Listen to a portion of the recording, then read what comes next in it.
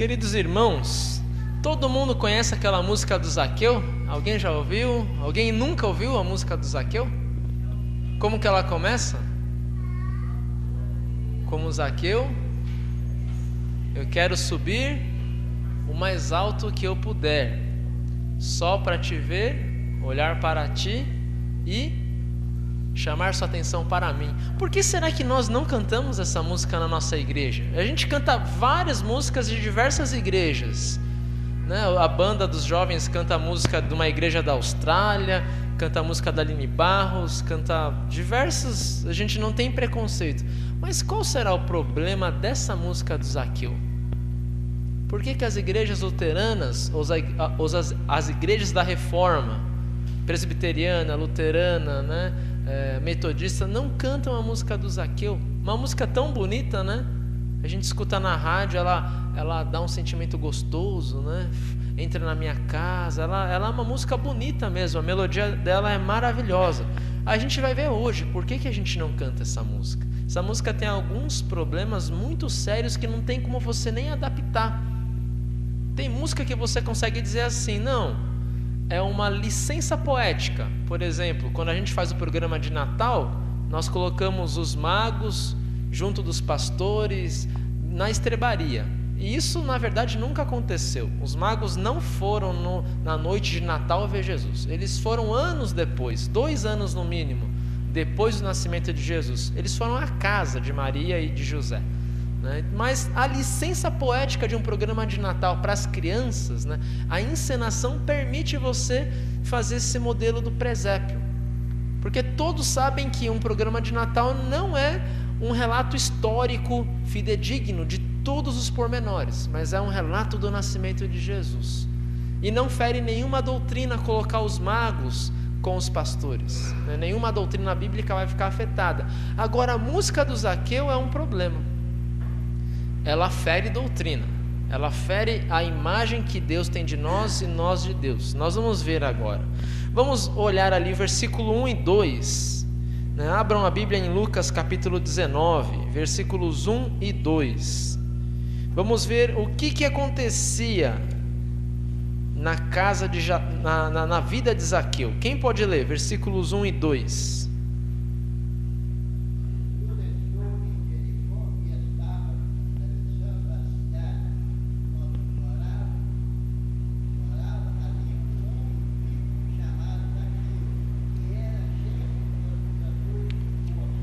Isso, então esses 2 versículos introduzem a história. Jesus estava passando por Jericó. Ele não ia ficar em Jericó, então não era o destino dele em Jericó. Você passa pelo Rio de Janeiro quando você quer ir a Vitória ou a Bahia, a Vitória na Bahia, a Vitória no Espírito Santo ou Salvador na Bahia. Você passa pelo Rio de Janeiro, pode até dormir uma noite lá, mas é de passagem. Jesus não foi para Jericó. Ele estava passando. Para onde que ele estava indo? Ele estava indo para Jerusalém, né? Jesus estava indo para Jerusalém, passando por Jericó, e nessa cidade de Jericó morava um homem muito rico, chamado Zaqueu, que era cobrador de impostos. Para nós entendermos isso, né? É como se Jerusalém fosse lá na porta da igreja, Jesus estava na Galileia, no altar, e ele tinha que atravessar Samaria para chegar lá em Jerusalém. E Jericó ficava já perto da porta, perto de Jerusalém, onde está o Fábio. Então, Jesus estava chegando em Jerusalém, terminando a sua viagem, e passou por Jericó. E em Jericó, a multidão toda ficou alvoroçada, porque queriam ver Jesus. Jesus já era uma pessoa famosa naquela época. Ele estava no final do seu ministério. Estava chegando o momento dele morrer e depois ressuscitar. Então, quando ele passa por Jericó, que era uma cidade muito grande, e de todas as cidades do mundo, Jericó é a cidade mais antiga que nunca foi desocupada. Nenhuma cidade no mundo pode dizer: nós existimos há 6.000 anos, sem nunca ser devastada ou sem nunca perder habitantes. Todas as cidades no mundo, elas podem ter cidades mais antigas, mas passaram por momentos de devastação total. onde tiveram que construir tudo de novo, né? Jericó não. Lá existem famílias há milhares de anos vivendo naquele bairro, naquela cidade. Então Jericó era uma cidade importante e muito grande, e era o posto máximo do tributo da estrada que ligava o Egito à China e ao Oriente. Então por Jericó passavam produtos comerciais, agrícolas de muito valor. O cobrador de imposto que ficasse em Jericó lucrava demais. Por quê? Os romanos contratavam como cobradores pessoas do próprio povo. Eles não colocavam um romano ali, eles colocavam um judeu, para quebrar a resistência do povo, para mostrar: olha, nós dominamos vocês porque vocês são fracos. Os seus próprios compatriotas, né, estão explorando vocês em favor de nós invasores. Então nem vocês têm unidade entre vocês. Por isso os romanos seduziam aqueles judeus mais gananciosos. Os romanos diziam: olha, nós queremos apenas 1/5 de cada transação comercial. O resto, se você cobrar mais, o resto é seu. 1/5 nós queremos. Se você tirar 1/5 do que é nosso, a gente vai te matar, a gente vai te condenar à morte. Então cobre mais, fique com o resto, mas o imposto envie para o governador romano. Então o cobrador de impostos, além de receber o salário dele, do império, ele ganhava dinheiro com propina. Ele ganhava dinheiro extorquindo.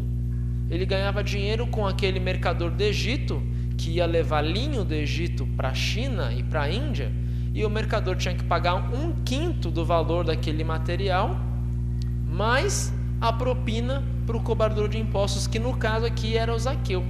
Senão o Zaqueu dizia: olha, vou embargar tudo, você vai perder tudo, né? Então, para o Zaqueu não embargar a transação comercial, o pessoal tinha que pagar o imposto corretamente e mais a verba do Zaqueu. Não parece é igual aqui em São Paulo? Às vezes você vai construir alguma coisa e dá a impressão de que o fiscal ou a pessoa da prefeitura que tem que liberar a reforma está esperando alguma coisa da sua parte. Não só o imposto, ele fica ali: não posso fazer isso e tal, esperando você dizer: não, está aqui a sua parte. Era o que Zaqueu fazia, mas Zaqueu fazia as claras, com a aprovação dos romanos. Então ele podia chegar e dizer assim: olha, eu cobro quanto eu quero, se você quer passar por aqui e ir para a China, paga o imposto. Chegava a caravana da China trazendo seda, trazendo outros materiais, e Zaqueu dizia: se vocês querem entrar no império, tem que pagar o que eu estipulo, né? E eles pagavam. Então Zaqueu era um cara muito rico, né? E não era de se espantar. Será que os judeus gostavam de Zaqueu? Será que os compatriotas de Zaqueu gostavam dele? Por que não? Por que eles não gostavam de Zaqueu? Além dele ser ladrão, né? Mas o pior é que ele roubava do seu povo para dar para o invasor, né? Ele roubava dos judeus também para enviar para os romanos. Então os judeus odiavam os cobradores de impostos, ou na outra Bíblia, na revista e atualizada da versão Almeida, os publicanos, é a mesma coisa, eram os cobradores de impostos. Jesus passando por aquela cidade, provavelmente a multidão pensava: Zaqueu é a última pessoa a receber a atenção de Jesus. Mas Zaqueu fica tocado pela vida daquele homem, um homem simples, filho de carpinteiro, que andava com pescadores e mudava a vida de muitas pessoas, né? E Zaqueu decide ver esse homem de perto, esse filho de carpinteiro da Galileia, pessoa sem estudo, pessoa sem instrução, né? Com um sotaque que todo mundo ridicularizava, falava errado. Jesus sobe na árvore para ver Jesus. Por quê? Aí nós temos um problema na música. Vamos ver ali, versículo 3 e 4. Vamos ler em conjunto. Ele estava tentando ver quem era Jesus, mas não podia, por causa da multidão, pois Zaqueu era muito baixo. Então correu adiante da multidão e subiu numa figueira brava para ver Jesus que devia passar por ali. A multidão não queria deixar Zaqueu ver Jesus porque ninguém gostava dele, mas ele era baixinho também, ele não ia conseguir ver. O que Zaqueu decide fazer? Subir na árvore, não para atrair a atenção de Jesus. Zaqueu não subiu o mais alto que ele podia, ele subiu o suficiente para ver Jesus, não o mais alto, tem que fazer um grande sacrifício, né? Aí está o erro da música, né? Como Zaqueu, eu quero subir, tudo bem, mas o mais alto não. Tinha árvores muito mais altas do que uma figueira brava ali naquela região. O mais alto que eu puder, não. Só para te ver, né? A música diz: só para te ver e olhar para ti, tudo bem, tá certo. Mas chamar a sua atenção, chamar a atenção de Jesus para mim, como diz a música, tá errado. Zaqueu não queria chamar atenção, ele apenas queria ver Jesus, o filho de José, passando por Jericó, e quem sabe ouvir um pouco da sua mensagem, quem sabe notar como uma pessoa pobre, simples, consegue ser feliz e trazer paz e salvação e alegria a outras pessoas. Ele, Zaqueu, que julgava que só o dinheiro, o poder e a riqueza traziam felicidade, né, via em Jesus um grande paradoxo, uma coisa que tirava os miolos de Zaqueu do lugar. Como que na simplicidade, na pobreza, alguém pode ter alegria e distribuir essa alegria, essa felicidade a outras pessoas, sem atrelar nada ao dinheiro? Jesus não distribuía dinheiro, Jesus não fazia milagres financeiros, Jesus não consertava casas, não dava novos empregos, não fazia a pessoa ficar com uma empresa rica. Jesus curava o físico, mas pensando na alma. Jesus distribuía amor e bênção. Zaqueu não entendia isso, por isso ele queria ver de perto, ele não queria atrair a atenção para ele não. E lá ele olhou Jesus passando. Só que olha só que coisa maravilhosa, né? Jesus presta atenção em Zaqueu, mesmo ele não querendo, Jesus presta atenção. Zaqueu estava perdido. Será que nós também não nos perdemos em algum ponto da história? Da história que eu digo, da nossa história de vida? A gente, quando é jovem, tem ideias maravilhosas, e às vezes a gente vai envelhecendo e vai perdendo essas ideias, esses sonhos, né? Porque a vida não é do jeito que a gente pensava que era, mas também porque a gente muda, né? A gente vai vendendo a nossa alma, né? Vai vendendo a nossa alma para coisas políticas, e eu não digo política de voto, política às vezes na empresa, né? Você quer uma promoção no trabalho, tem aquele ideal da sua carreira maravilhosa e vende a sua alma agradando alguém que você não gosta para ganhar uma promoção, fazendo uma coisa que você não acha certo para o seu chefe aprovar. A gente vende a nossa alma, e quando a gente vê, está igual Zaqueu, cercado de coisas maravilhosas materialmente falando, mas se perguntando: como que na simplicidade alguém consegue ser feliz? Pessoas ricas viajando de jatinhos olham às vezes uma mãe de família pobre dando um sorvete para o filho, e os filhos rindo e brincando, e se pergunta: como consegue ser feliz com tão pouco? E eu, com tanto, tenho filhos revoltados, filhos nas drogas, não tenho nenhuma felicidade familiar. Aonde que nós nos perdemos? Aonde que nós começamos a vender a nossa alma para esse tipo de coisa? Aonde que nós, visando buscar um objetivo, começamos a abrir mão dos nossos princípios? E aí o ser humano, doente do jeito que está, para aliviar sua dor tem que fazer o quê? Se cercar de pequenos prazeres, né? Hobbies, prazeres. Então, eu estou doente, eu estou perdido, mas eu acho uma alegriazinha aqui nesse meu hobby, eu acho uma alegriazinha aqui no meu novo celular com internet, eu tenho uma alegriazinha porque semana que vem vai chegar a nova televisão que eu comprei, eu tenho uma nova alegriazinha ano que vem porque eu vou fazer uma viagem legal. Nós vamos nos enchendo dessas pequenas coisas que são boas, mas nós nos tornamos viciados nelas, porque a gente não suporta a farsa que se tornou a nossa vida. Por isso a gente se enche disso. Por isso a gente se apega tanto ao futebol, né?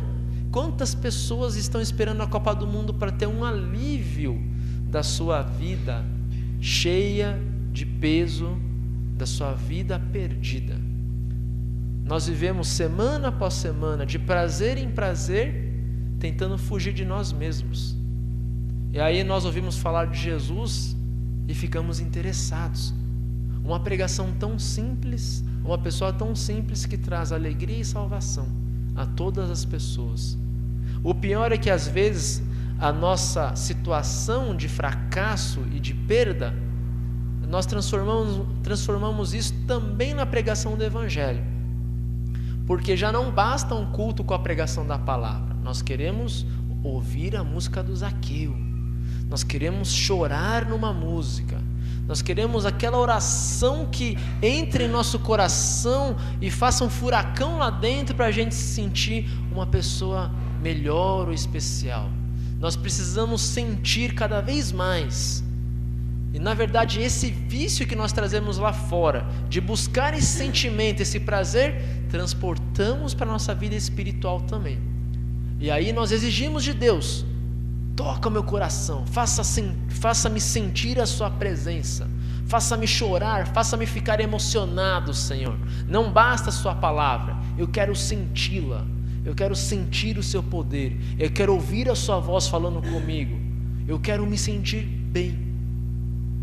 E aí o fracasso que nós temos lá no mundo, nós vemos em todas as igrejas.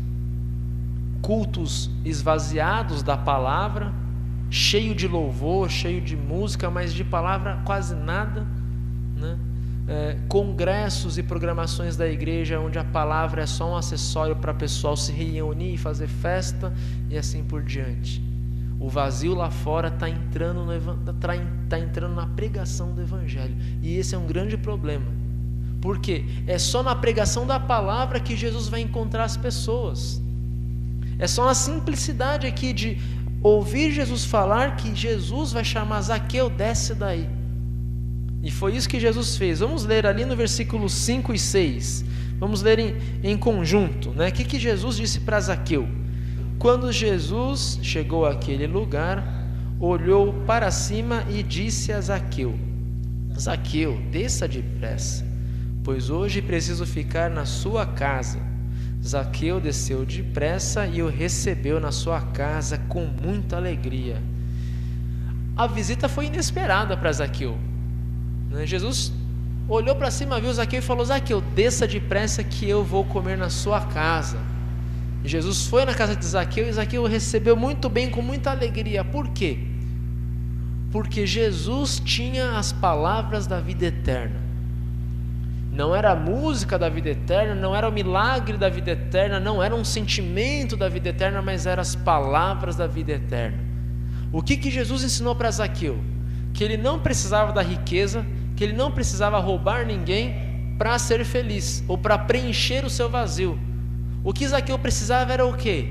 Se entregar e confiar no amor de Deus, né? Ouvir a voz de Deus que dizia a Zaqueu, desde que ele era pequeno ele ouvia isso, que ser filho de Abraão é crer na misericórdia do Pai de Javé, que iria enviar o Salvador, o Messias, para encher o mundo de luz, para encher o mundo de amor e salvação.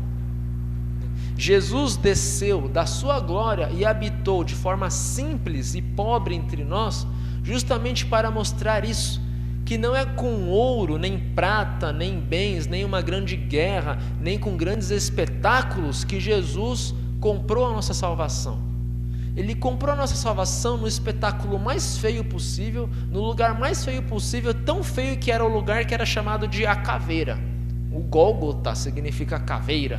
Ele morreu na caveira, num lugar feio, abandonado, fedia, era perto do lixão da cidade, não era um lugar bonito igual a gente vê nos filmes, era perto do lixão, tinha corvos, urubus para tudo que é lado, tinha sangue das outras crucificações ali no chão, tinha resto de pessoas também, às vezes fedendo, ali Jesus conquistou a nossa salvação, com uma cruz rústica, com uma morte cruenta, né? Uma morte cruel, Ele nos deu salvação, de forma bastante simples.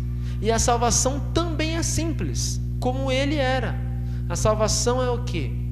Deus nos dá a fé e por meio desta fé nós recebemos a sua graça e cremos que Jesus é o Salvador, né? E aí nós estamos salvos. Não é preciso uma grande conversão, não é preciso eu cair nas drogas e ter uma grande história. Eu estava nas drogas, eu matei, eu roubei, aí Jesus falou comigo, eu me converti. Não, a água do batismo com a palavra dá a fé para uma criança. A pregação da palavra dá a fé a cada um de nós e nos fortalece nessa fé. É nessa simplicidade da palavra de Deus que a nossa vida é capaz de se encher, não de prazeres pequenos ou fúteis, mas de um prazer verdadeiro, como Zaqueu se encheu. Zaqueu se alegrou. E essa palavra se alegrar não é uma alegria igual comprar uma TV nova ou esperar a Copa do Mundo, mas é uma alegria que permanece. É uma alegria que permanece mesmo quando estamos doentes, quando estamos de luto ou quando toda a nossa vida está dando errada. Aquela alegria que a criança sente, por exemplo, mesmo quando o pai e a mãe brigam, mas ela consegue, na brincadeira dela, se alegrar um pouquinho. Isso nós perdemos quando crescemos. Mas quando quem tem a alegria do Salvador é capaz de se alegrar igual essa criança. Tudo dando errado e você louvando e agradecendo a Deus.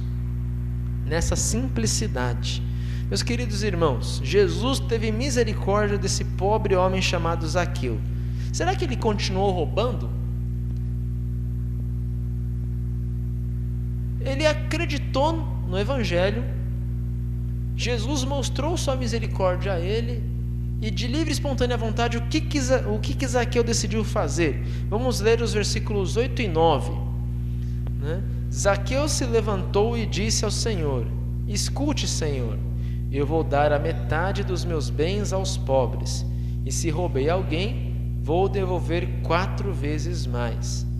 Primeiro ele vai doar metade para os pobres, depois ele vai devolver 4 vezes mais aquilo que ele roubou, sendo que a lei só exigia que ele devolvesse o que roubou mais 25%. Ele ia devolver não 25%, mas 400%, 4 vezes mais do que ele havia roubado.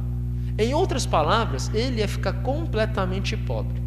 Ele teria que abrir mão da sua fortuna, né, para dar aos pobres e restituir aqueles que ele roubou. E isso não era de um dia para o outro. Ele iria ter que ficar lá cobrando impostos, mas dizendo assim: olha, mês passado eu te roubei, está aqui, 4 vezes mais. Olha, eu te roubei durante 2 anos, está aqui. Ele teria que ficar como cobrador de impostos, devolvendo as quantias que ele roubou das pessoas que por lá passavam, né? E ele decidiu fazer isso não porque Jesus exigiu. Jesus não falou: Zaqueu, para você ser batizado, para você entrar para a igreja, primeiro abandone o fumo, o cigarro, a droga, sei lá o que mais.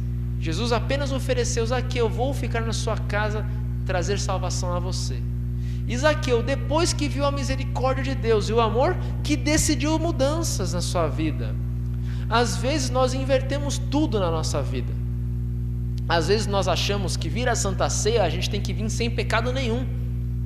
A gente inverte. Não, primeiro você toma o perdão na Santa Ceia, o corpo e o sangue de Cristo, e aí depois essa graça de Deus vai fazer você mudar a sua vida lá fora para melhor, né? Você vai lutar contra o pecado. Primeiro Deus te atinge com a sua misericórdia, e depois as mudanças na sua vida, chamada santificação, acontece. Não é primeiro largar o fumo e o cigarro para ser batizado e crer em Jesus. Não, primeiro Deus tem que agir na minha vida, porque eu sozinho sou igual Zaqueu. Não consigo mudar de vida, não consigo abandonar o pecado.